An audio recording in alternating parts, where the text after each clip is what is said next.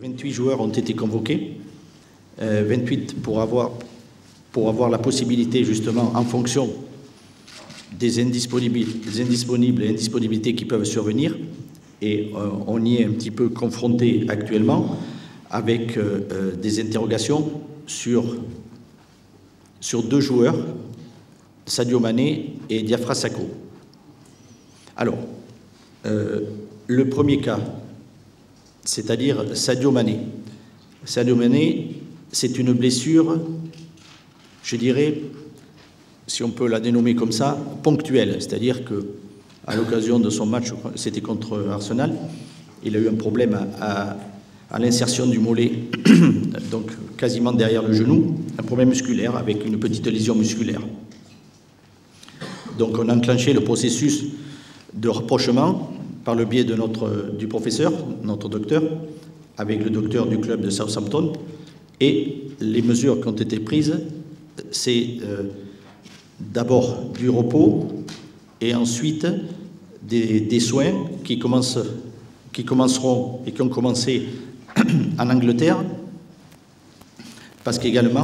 qui permettront également d'avoir les possibilités de faire les compléments d'examen. Et le 11, c'est-à-dire dimanche, Sadio nous rejoindra au Maroc. Donc ça, c'est sur le plan médical que ça se traite. Quelle incidence sur le plan sportif? L'incidence sur le plan sportif, c'est que nous avons aujourd'hui une date butoir en ce qui concerne la liste des 23, c'est le 7 janvier. Au-delà de cette limite, les joueurs qui n'auront pas été déclarés ne pourront pas faire partie. Par contre, la possibilité de changer jusqu'au 17 janvier, date du premier match, existe. Donc, Sadio sera fatalement mis dans la liste des 23 et nous constaterons nous-mêmes, après son arrivée, donc le 11, si jusqu'au 17, il aura encore une semaine de soins avec nous, si le 17, il peut être vraiment maintenant considéré comme partant pour la liste des 23 finales. Donc, à ce jour, nul ne peut prétendre et savoir si, oui ou non, il sera rétabli.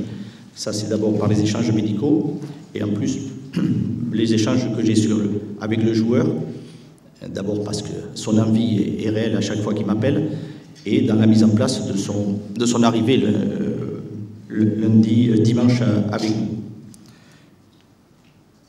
Pour Sakho, alors là aussi je vais partir de l'appellation de la blessure.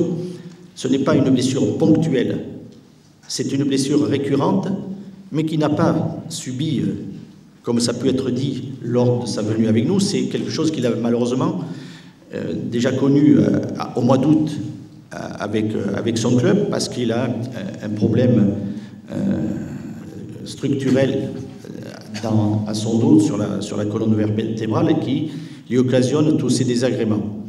Donc aujourd'hui, il est en complément d'examen en Angleterre, et nous souhaitons dès demain qu'il nous rejoigne pour aussi faire le point avec lui, constater, savoir si ces problèmes peuvent être gérés et si on peut éviter, et là on parle un petit peu dans l'hypothèse d'une appréciation très précise, si on peut éviter qu'en pleine phase finale, on soit confronté à ce problème. Donc c'est pour ça que là, on est dans une gestion dans l'à peu près, mais en tout cas, nous mettons tout en œuvre pour essayer, dans ces deux cas, de faire en sorte que la possibilité qu'il soit opérationnel existe. Voilà, peut-être après il y aura des précisions complémentaires, mais en tout cas, voilà comment est traité actuellement ces deux cas sur le plan médical et avec les incidences qu'il y a évidemment sur le plan sportif. Voilà, dans ma présentation générale et également sur cette précision, la précision sur ces deux aspects, effectivement, qui nous, aujourd'hui, nous interpellent et sur lesquels nous sommes très, très soucieux, et nous suivons ça, je dirais, heure par heure, en fonction de l'évolution de leur situation.